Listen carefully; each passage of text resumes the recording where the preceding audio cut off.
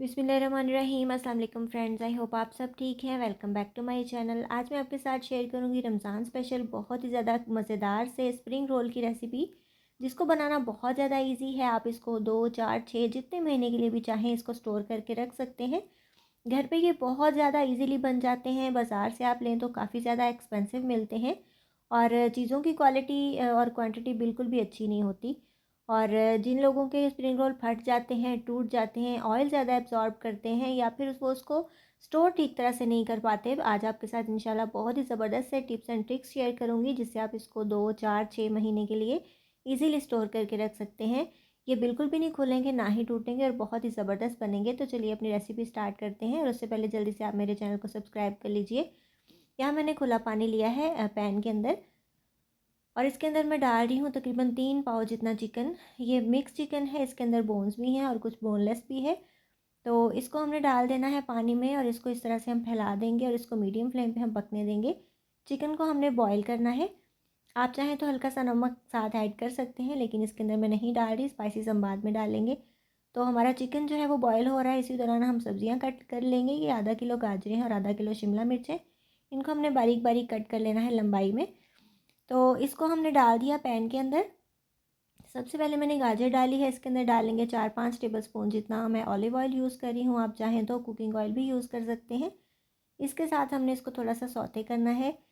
सब्जियों को हम बहुत ज़्यादा पकाएंगे नहीं, गलाएंगे नहीं, बस हल्का सा सौते करेंगे। हमारा मकसद ये है कि हमने इसके अंदर जो पानी होता है उसको ड्राई करना है, ताकि आपके जो स्प्रिंग रोल हैं वो सॉगी ना बने। थोड़ा सा सौते करने के बाद इसके अंदर मैंने शिमला मिर्चें भी ऐड कर दी हैं।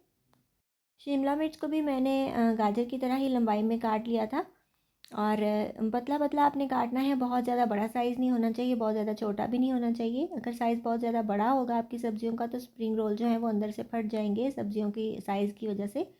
तो बस इसको भी हल्का सा हमने सौते कर लेना है। जो चीज़ जल्दी गल जाती है वो आपने बाद में डालनी है। गाजर थोड़ी सी सख्त होती हैं तो इसलिए मैंने ये स्टार्ट में ऐड की हैं, ताकि ये जो है ये पहले थोड़ी सी सॉफ्ट हो जाए। उसके बाद मैं डाल रही हूँ इसके अंदर बंद गोभी। मैंने एक दरमियाना फूल लिया था बंद गोभी का, वो मैंने सारी ही कट कर ली है। तो ये भी आप देख सकते हो मैंने लंबाई में कट की है। तीनों सब्जियों की शेप्स और साइज़ हमने सेम ही रखना है, ताकि उनका कुकिंग टाइम भी सेम ही हो और वह एक जितनी गले। ऐसा ना हो कि एक सब्ज़ी कच्ची रह जाए और दूसरी ज़्यादा सॉफ्ट हो जाए। अब इसके अंदर डालूँगी मैं 3-4 टेबलस्पून जितना ही चिली सॉस और बहुत चटपटा सा टेस्ट देगी इसको। उसके बाद जी मैं इसके अंदर डाल रही हूँ 2-3 टेबलस्पून जितना सिरका। सिरका आप बहुत ज़्यादा नहीं ऐड करिएगा, वरना ये बहुत ज़्यादा खट्टा हो जाएगा आपका मिक्सचर। 3-4 टेबलस्पून जितना ही इसके अंदर मैं सोया सॉस ऐड कर रही हूँ। सॉसेस के अंदर नमक होता है, इसलिए नमक आपने कम डालना है। मैंने तकरीबन 3-4 टेबलस्पून जितनी इसके अंदर यखनी ऐड की, जिस पानी के अंदर हमने चिकन बॉईल किया था वो भी ऐड किया, ताकि इसका टेस्ट उसके अंदर आए। और ये चिकन मैंने हड्डियाँ अलग करके श्रेड कर लिया था, उसको भी डाल दिया है इसके साथ ही। तो इसको हम मिक्स कर लेंगे अच्छे तरीके से। अब बारी है अपने कुछ स्पाइसेस ऐड करने की। 1 टेबलस्पून भर की मैं इसके अंदर कुटी हुई मिर्चें ऐड कर रही हूँ, मतलब चिली फ्लेक्स। और नमक ऐड करते ही मेरा कैमरा बंद हो गया था। तो ये देखिए मैंने तकरीबन पौना टेबलस्पून जितना नमक डाला है। नमक मिर्च आप कम ज़्यादा कर सकते हो। और पौना चम्मच ही मैंने इसके अंदर मोटी कुटी हुई काली मिर्चें ऐड कर दी हैं। इसके बाद आपने इसको अच्छे तरीके से मिक्स कर लेना है, ताकि जो स्पाइसेस हैं वो भी पक जाएं, लेकिन सब्ज़ियाँ आपने बहुत ज़्यादा सॉफ्ट नहीं करनी। इस स्टेज पे आपकी आंच थोड़ी सी तेज़ ही होनी चाहिए, क्योंकि हल्की आंच पे सब्ज़ियाँ पानी छोड़ देंगी और बहुत ज़्यादा सॉफ्ट हो जाएंगी। तो हमें बहुत ज़्यादा सॉफ्ट नहीं चाहिए, क्योंकि रोल्स के साथ भी इनको पकना होता है। और तो बस ये पानी जो था वो हमने ड्राई कर लिया है।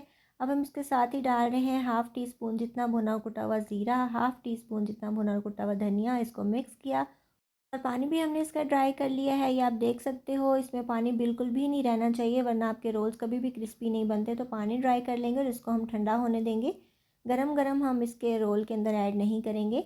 उस दौरान हमने क्या करना है, जब तक हमारा मिक्सचर ठंडा हो रहा है, हमने 4 टेबलस्पून जितना मैदा लिया और उसमें थोड़ा सा पानी ऐड करके इस तरह की स्लरी बना लेनी है गाढ़ी सी।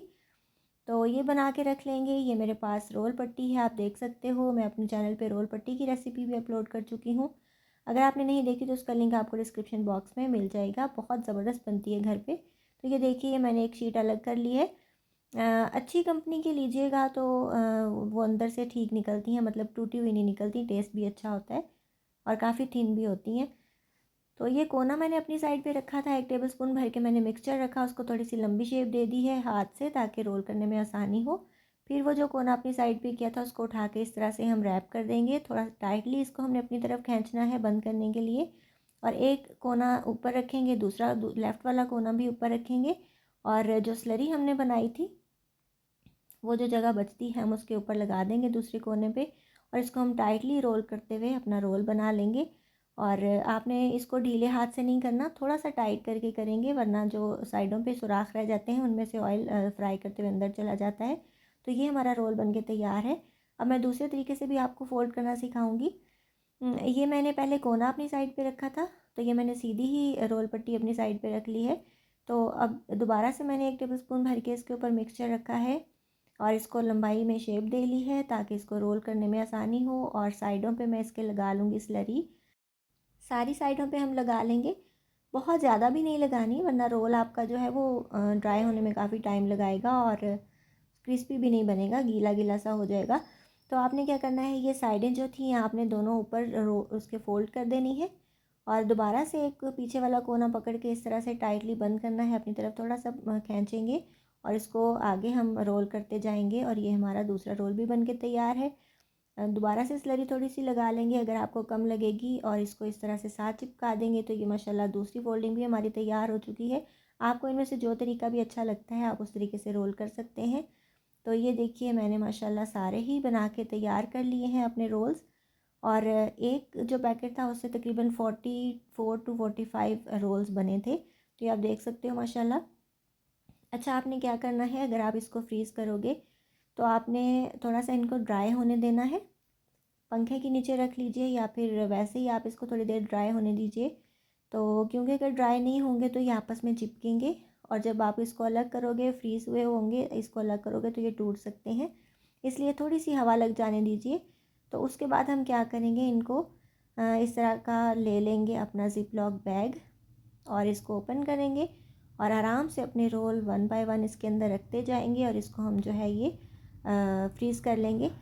तो आपने इसके अंदर इसको डालना कैसे है, आपने इसकी ज़िप ओपन की और इस तरह से इसको रखना है। रोल्स को आपने बहुत ज़्यादा ऊपर नीचे नहीं रखना, खुला खुला सा करके रखेंगे और इस तरीके से रखेंगे कि वो जो है वो एक दूसरे के साथ चिपक के टूटे नहीं। तो मैं आपको दिखाऊंगी कि एक बैग के अंदर मैंने कितने कितने रोल रखे हैं। तो ये एक रो में 6 आए, फिर दूसरी रो में 6 आए, तो एक पैकेट में तकरीबन 12 मैंने रोल्स रखे हैं। इससे ज़्यादा मैंने इसको फिल नहीं किया। जितने ईजीली आएंगे उतने ही आपने इसको रखने हैं इसके अंदर। तो ये देखिए माशाल्लाह मेरे 3 पैकेट बन चुके हैं। और जो ज़िप लॉक बैग है उसमें से हवा निकाल के आपने पूरी फिर इसको बंद करना है।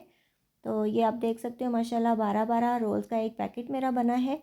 और आप अपनी फैमिली के हिसाब से छोटे बड़े पैकेट ले सकते हो। ये मेरे पास मीडियम साइज़ के ज़िप लॉक बैग्स हैं, तो मैंने इसके अंदर ये 12-12 रोल्स ऐड कर दिए हैं और ये ज़बरदस्त से हमारे फ्रीज़ होने के लिए तैयार हैं।